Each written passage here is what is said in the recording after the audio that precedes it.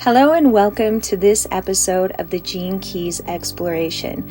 My name is Shellyszigli and I am a Gene Keys guide.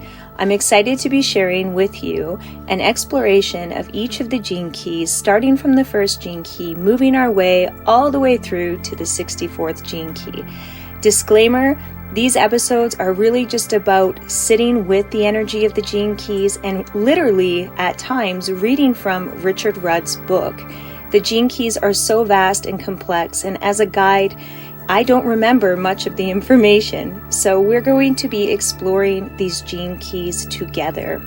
You can find my work at www.genekeyrecordkeeper.com. And other than that, I just hope you enjoy the show and enjoy this exploration. Please feel free to share it, leave us a review, and tell us how this exploration was for you. Hello and welcome to our daily exploration of the gene keys. We are on a journey of moving through each of the 64 gene keys in sequence from 1 to 64, and today we are on gene key number 4, which is a very prominent gene key in our world today. So I feel a little bit better today, and in that I listened to Richard's audio on the 4th gene key. And the shadow of the 4th gene key is intolerance, and the gift is understanding, and the Siddhi is forgiveness.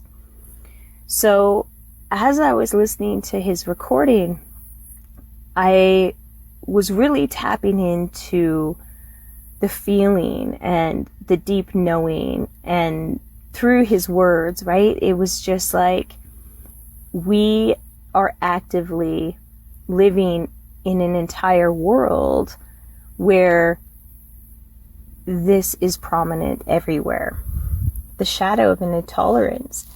So I'm going to read a little bit from the book here, and I'm going to start right here. The 4th shadow is essentially a misuse of one of the great gifts of the human mind, logic. The power of this 4th gene key is the power to read and solve logical problems.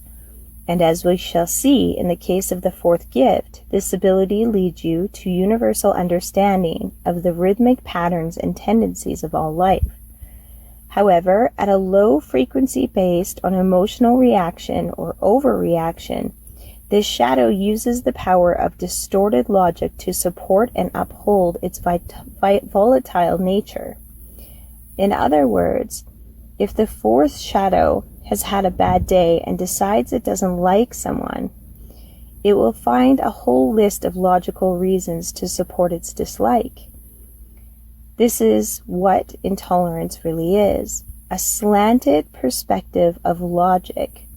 At the shadow frequency, the mind is actually given the authority to make important life decisions, and this is often disastrous because its true role is not to decide anything. Its true role is to understand and communicate. Wow, right?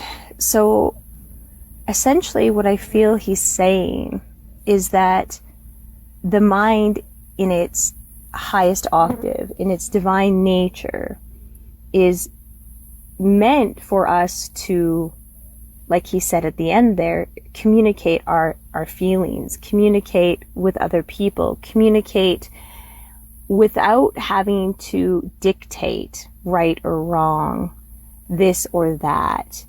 So our entire human programming is pretty much designed against that. Everything in every system is broken down into right or wrong, this or that. It really is quite interesting because this intolerance is so deep. It's so deep within all of us. Like, it's so deep even within myself, right?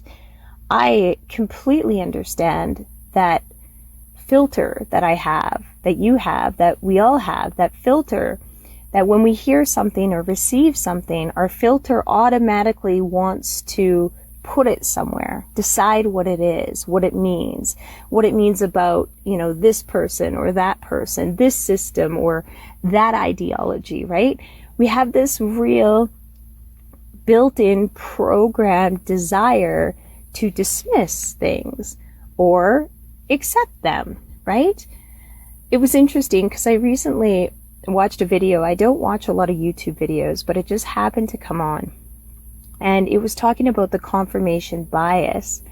And I was like, oh man, this is huge. And that confirmation bias is when we expect to see something or we have a focus on something.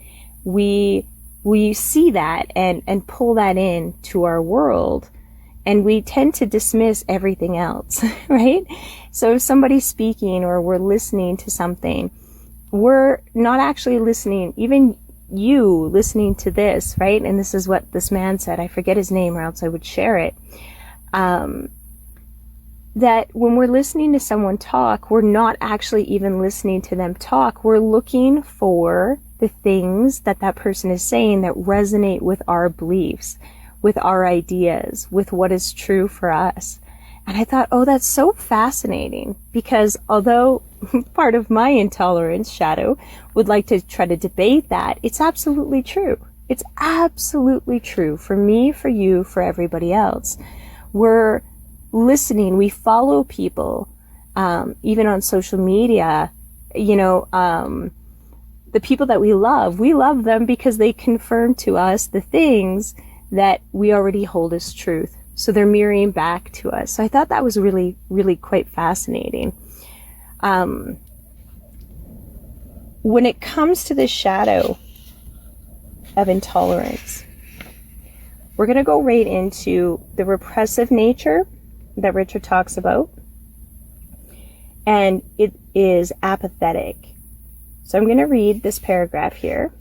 When the mental dynamicism of the fourth gene key is frozen by the unconscious fear of repressive nature, the result is an apathetic mind.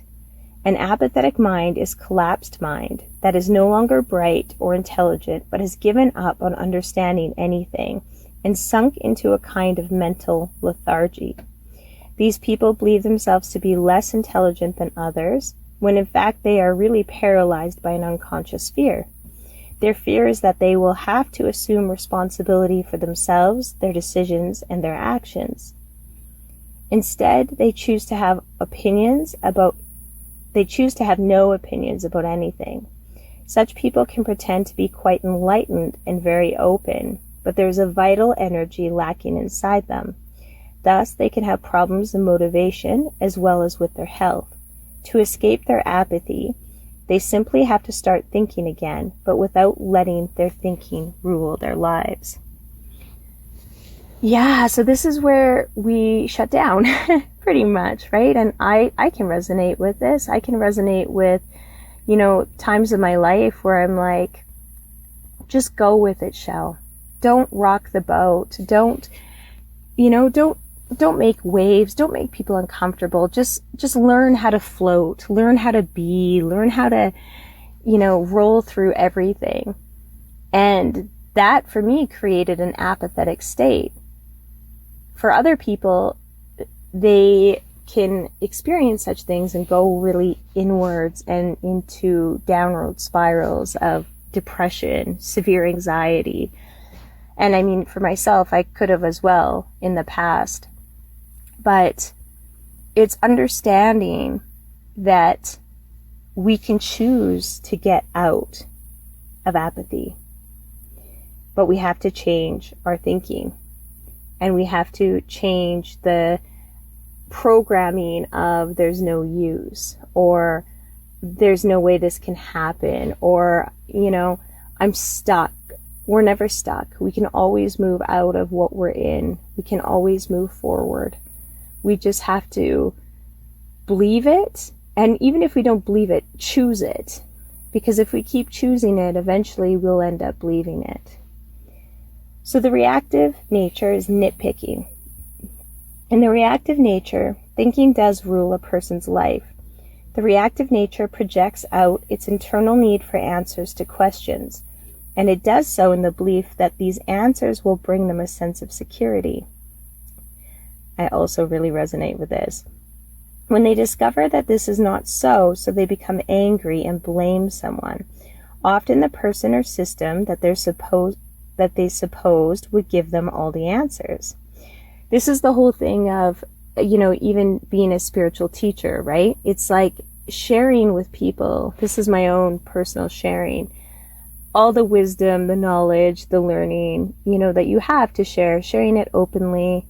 And people often put you on a pedestal and really believe that you have been sent to help them, guide them.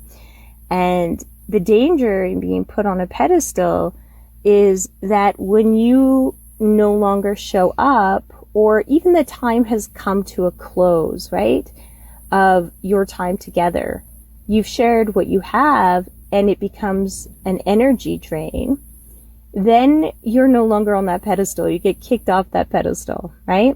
You're no longer the shiny thing that saved them, which you never were ever the shiny thing that saved them. That's what they chose to believe and, share. But it's the blame, right? I've experienced that many times before, and that's why it's so important and now and pivotal in my work that I'm so very clear that I am just a person. And because we share wisdom, teaching, knowledge, doesn't mean that we aren't still learning ourselves, that we still, that we have to be martyrs and throw ourselves down in front of another person, right? Anyways, these people cannot let go of their need for some feeling of resolution, so they make their mind the authority for bringing about this feeling, only to be endlessly disappointed. These people hone in on the most irrelevant details, unconsciously looking for a vent for their frustration. When they find such a detail, it affords them the opportunity to criticize or complain, and thus release some of their pent-up anger and tension. These people, above all, need to find a way to let go of the hope that their mind can bring them solace. When they do this, they can finally stop projecting their eternal disappointment onto others and begin to find a new awareness arising in them outside of their mind. Yeah, that's beautiful. That's beautiful. So the fourth gift is understanding. And let's see here. The gift of understanding has nothing whatsoever to do with knowledge. Knowledge is what your mind thinks it needs in order to take away its permanent feeling of unease. But knowledge can never bring a sense of peacefulness. This is true. At most, it can give you the hope of that peace, although ironically, it is this very hope that sustains your intellectual quest and keeps you within the confines of the shadow frequency. Only true understanding can bring peace along with it, because true understanding lies outside the domain of the mind. Understanding is of the whole being, and it does not and cannot require agreement from the cognitive capacities within your brain. Whoa!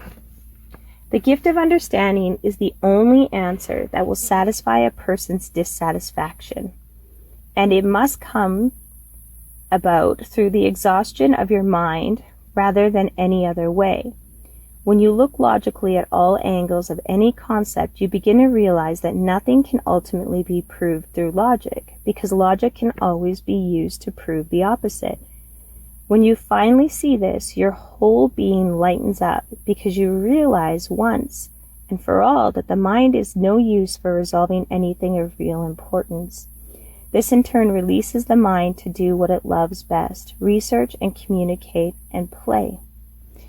So when I think of understanding, because this gift is something that has been massive in my life and the unfolding of its circumstances, the gift of understanding allows the room for freedom, really, Because when we understand that another's problems, issues, whatever's happening for the people around us, that it really doesn't have anything to do with us personally. When we understand that all people are free to have the beliefs that they are, when we understand that there is no right or wrong, right? When we understand that we don't have all the answers, this understanding is so powerful that it frees us.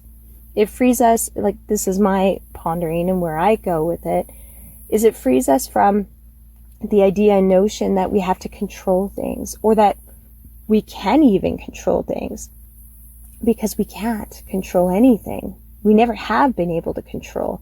And anything that we have been able to do through control, right, has depleted us, has made us sick, has made us experience pain, all of the above. It takes so much energy to force your will and make things happen and make things occur.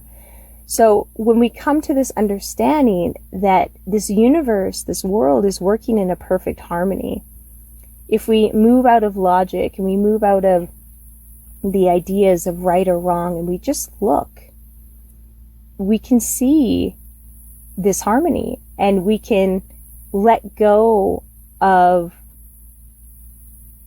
the meaning of what we give to what we're viewing around us. That differs from the way that we live, the way that we operate, the way that we feel or think, right? It gives us complete freedom, really. So, back to reading the book, the fourth gift of understanding will govern the way in which their minds operate from birth. They will bring about a social revolution on a global level, and this revolution will be based upon a logical understanding of the folly of the existing systems and structures. New formula will come into the world through the fourth gift that will undoubtedly lead to technological breakthroughs and solve long-standing problems rather than create new ones. I have been saying for as long as I can remember, I've been a mother for 22 years, and I have this deep knowing, and I also have 8 children, that it's our children's generation and their children's generation that's really going to see the change of, and be the change of everything that is to come related to this understanding. This gift of understanding will be the norm of human society. I watch my daughter Jordan, who's 21 or 22, she and her friends are so tolerant, so open. And it's not just her, it's that whole generation. They're exposed to people of all cultures. They're exposed to different religious ideologies. There's not as much of this big black line of right or wrong. It's more, it's bigger. It just is bigger, and it's going to continue to get bigger. And that gives me a lot of hope. So I know there's a lot of people who are worried for our generations coming, and there are some things that are, definitely interesting. However, there's also keys that are happening right under our noses. And this really gives me a deep hope. Not hope, but like knowing of our world will shift. It is shifting. And it's just a process. So the fourth Siddhi is forgiveness. So this really resonates with me. Really, really resonates with me. The Siddhi, it's a Siddhi. So this is a state that very few people hit. Okay? This is like, the Siddhis are the magical human consciousness states that we hit when we've mastered the gift. So many of us think we know forgiveness, but we do not know forgiveness. Forgiveness at the Siddhic level is something that I can't even really put into words. It is divine. It is the key. So I'm going to read here. The fourth gift forms the launch pad for an even more refined frequency. The Siddhi of forgiveness. Forgiveness is born out of understanding, but it occurs when a being makes a leap beyond understanding. Forgiveness is a stage further on from social revolution. Just because a person has understanding and good intention does not mean that they can orchestrate a perfect society. History has shown that revolutions never change the world. They just change society, and usually only briefly. The highest possibility of the 49th gene key is the Siddhi of rebirth, and this is a Siddhi that always awakens alongside forgiveness. As we have seen, understanding leads to the urge to serve the totality through instigating some kind of social reform. Forgiveness, however, is a pure Siddhic state that as such it has no sense of restlessness at all. All Siddhic states are the end of the line. They represent the absolute transcendence of our genetics and the end of being human. The fourth Siddhi is a primary agent of divine grace. That is to say, it does not adhere to human laws. Right? It is divine, absolutely. It concerns the resolution of old debts at all levels. At a purely individual level, the whole process of human incarnation is based around the notion of karmic debt. Until you have paid off all your debts, particularly through your relationships, you cannot escape the game of incarnation and reincarnation. Yes. So, I think where I want to close this, because this is so profound, and he goes in to talk about Christ consciousness, he goes in to talk about the Corpus Christi, which I don't even fully understand, and I'm not prepared to dig into today. This is the beautiful thing about the unraveling of the gene keys, is wherever you go with them is absolutely magical and perfect. There's no need to get deep and, excuse me, insightful. So, yeah. Oof.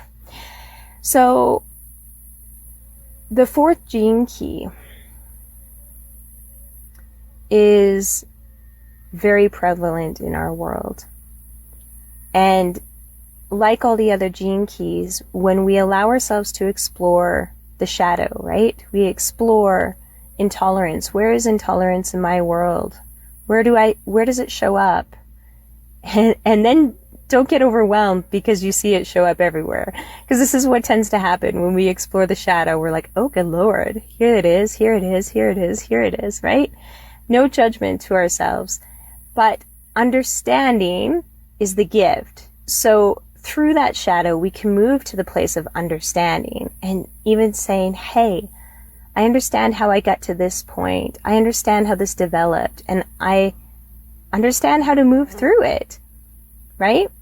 We move through it by not giving judgment to it and just knowing that it's part of our programming.